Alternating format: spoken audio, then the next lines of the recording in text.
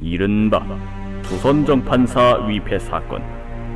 1945년 10월 20일부터 6회에 걸쳐 조선정판사 사장 박낙종 등 조선공산당원 7명이 위조 집회를 발행한 사건으로서 1946년 5월에 그 윤곽이 경찰에 드러난다.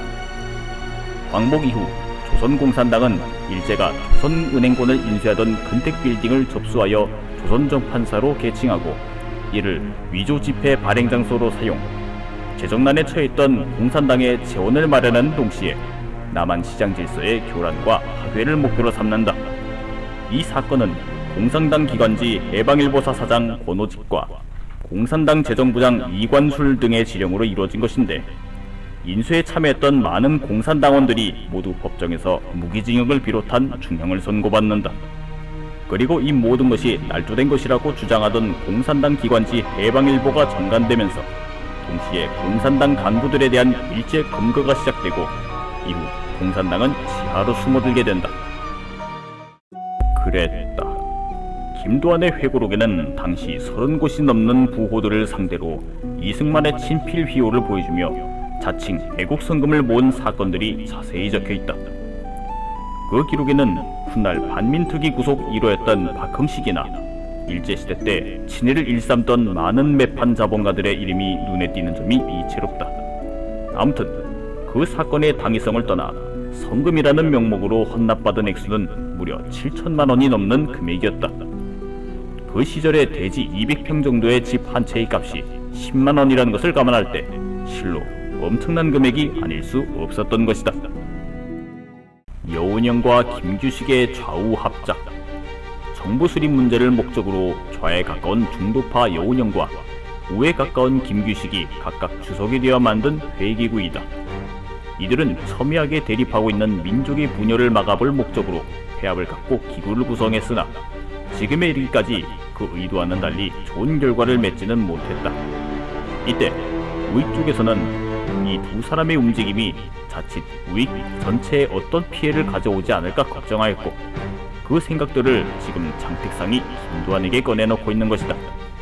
그러나 받아들이고 있는 김도한의 생각은 달랐다.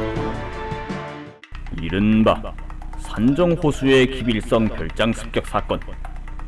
별동대 이때 이 겁없는 기습 사건은 그곳 경비병들만을 죽인 채 무의로 돌아갔다고 한다. 하지만 기빌성은 그 무렵 평양의 한 군중대회에서 백이사 단원에 의해 저격과 폭탄 세례를 받는다. 그 또한 결국은 성공하지 못하였던 것이다. 이른바 제주도 4.3 사태. 바로 좌우익이 대립에 첨예했던 1948년 이 무렵의 일이다. 이 사건은 일제 말기 지하로 잠적했던 좌익들이 미 군정청의 정책 혼란과 함께 공산당을 합법화시키면서 그 활동을 효과적으로 규제하지 못한 데서 비롯된 사건이다. 제주도의 인구는 광복 전까지 15만 명에 지나지 않았으나 광복 후에는 30만 명으로 급증했다. 이 중 8알이 좌익이었고 행정직원들의 수장들이 또한 모두 좌익이었다. 이들은 지난해인 1947년 3.1절을 기념일에 경찰서를 습격했고, 경찰은 그들에게 발포를 함으로써 걷잡을 수 없는 혼란에 접어들었고 대폭동으로 이어졌던 것이다. 이들은 남한만의 단독 선거와 단독 정부를 반대하였고, 또한 그 와중에서 무고한 양민들을 인민재판이라는 이름 아래에 학살하였다. 그리하여 충청도와 전라남도의 경찰제가 투입되자 급작 4월 3일을 기해 제주도 전체의 무장, 비무장 세력들의 봉기가 발생했던 것이다. 그러나 경찰과 군 또한 강경 진압 과정에서 수많은 양민들을 재판 절차 없이 처형했다. 특히나 북촌에서는 400명이나 되는 마을 주민을 남녀노소 가리지 않고 집단 총살하기도 했다고 한다. 무려 2년 넘게 끌었던 이 제주 4.3 사태에서 희생당한 양민의 숫자는 모두 3만에 이른다고 한다. 지금의 참여정부에서는 55년 만에 이 사건을 다시 조사, 과잉 진압 과정에서의 엄청난 희생에 대해 대통령 사과를 검토하고 있다. 결과에 어찌됐든 간에 당시 죽어간 수많은 사람들이 과연 좌우익의 정치나 그 사상을 얼마나 알고 있었을까? 아마도 그중 대부분이 자신이 왜 죽었는지도 모르고 눈을 감았을 것이다. 생각할수록 가슴 아픈 사건이다. 군정장관의 성명. 당시 주한주둔군 사령관 하지 중장은 좌우익의 극심한 대립 속에서 나름대로 중립을 유지하고자 애를 썼다. 그 과정에서 백색 테러로 대표되는 김도환과 그의 별동대를 좋지 않은 시각으로 예의주시하고 있었던 것이다. 여운형과 장독수가 피살된 것도 바로 이 무렵이었기 때문에 하지의 의지는 확고했다. 좌익이든 우익이든 테러는 절대 안 된다는 것이었다. 그리하여 한국의 재판을 거쳤던 김도환과 그 일행들이 법정에서 너무 가벼운 판결을 받았기 때문에 미 군법회의가 적절한 재판을 다시 할 것이라는 것을 모 일간지 사회면에 성명을 내기에 이른 것이다. 김도환의 재판은 처음부터 끝까지 극심한 혼란 속에서 치루어졌다.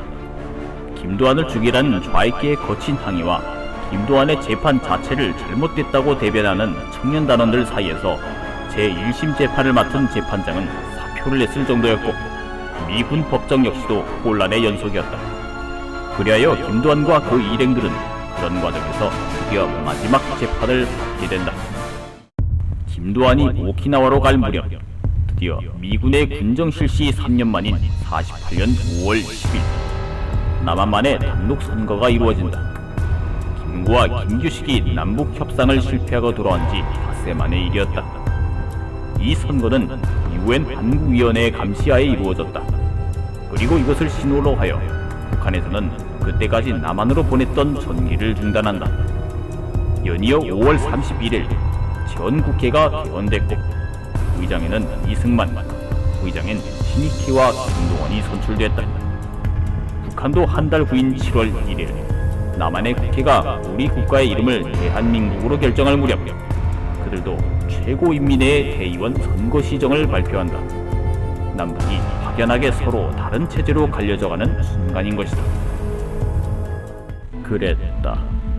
국회는 48년 이해 5월 10일 선거를 거쳐 국회를 구성하고 7월 1일 대한민국 국호를 정한 이래 다시 그달 12일에 헌법을 제정 17일 공포하였고 동시에 정부조직법도 공포한다. 그리고 같은 달 20일 국회는 대통령의 이승만, 부통령의 이시영을 선출하기에 이른다. 반민특위, 반민족행위특별조사위원회의 약칭이다. 본래 1947년 이 법을 제정한 바 있으나 당시 친일파를 고용하고 있던 미 군정의 인준 거부로 48년 8월 정부 수립 이후에 재헌국회로 넘어온 것이다. 그리고 1949년 1월 5일 본격적인 활동에 들어간다. 이 법에 의하면 국권 피탈에 적극 협력한 자는 사형, 일제로부터 자귀를 받거나 제국의회 의원이 된 자, 독립운동가 및 그 가족을 살상 박해한 자는 무기징역, 그리고 직간접으로 일제에 협력한 자는 5년 이하의 징역이나 재산 몰수형에 처하게 되어 있었다. 그러나 대통령이 된 이승만의 생각도 미 군정과 다를 것이 없었다. 그도 친일파들의 도움을 받지 않고는 나라 운영이 어려웠던 것이다. 백범 김구, 공관은 안동이고 본명은 창수다. 극우 민족주의자였던 그는 해방 이후 중도 노선을 걸었고 남한만의 단독 총선거를 실시한다는 국제연합의 결의에 반대하여 통일정부 수립을 위한 남북 협상을 재창하였다. 고지식할 정도로 남북 합작만을 주장했던 김구 선생의 길이 옳았는가는 역사가들의 판단에 맡길 뿐이다. 그러나 민족 통일을 위한 우국 충정을 그 누가 부정하랴. 그렇듯 독립운동가이자 위대한 민족의 지도자였던 김구는 한때 추종자이기도 했던 군인 안두희의 총탄에 비명에 갔고 그 의무는 안두희마저 지난 96년 살해됨으로써 여전히 풀리지 않는 수수께끼로 남아있다. 66 사태. 당시 내무차관이었던 장경근의 지시에 의해 반민특위 본부를 습격한 사건을 일컫는다. 이로써 국민의 열화와 같은 성원과 기대를 모으며 발족했던 반민특위는 당초의 취지와 목적을 이루지 못한 채 좌절되고 만다.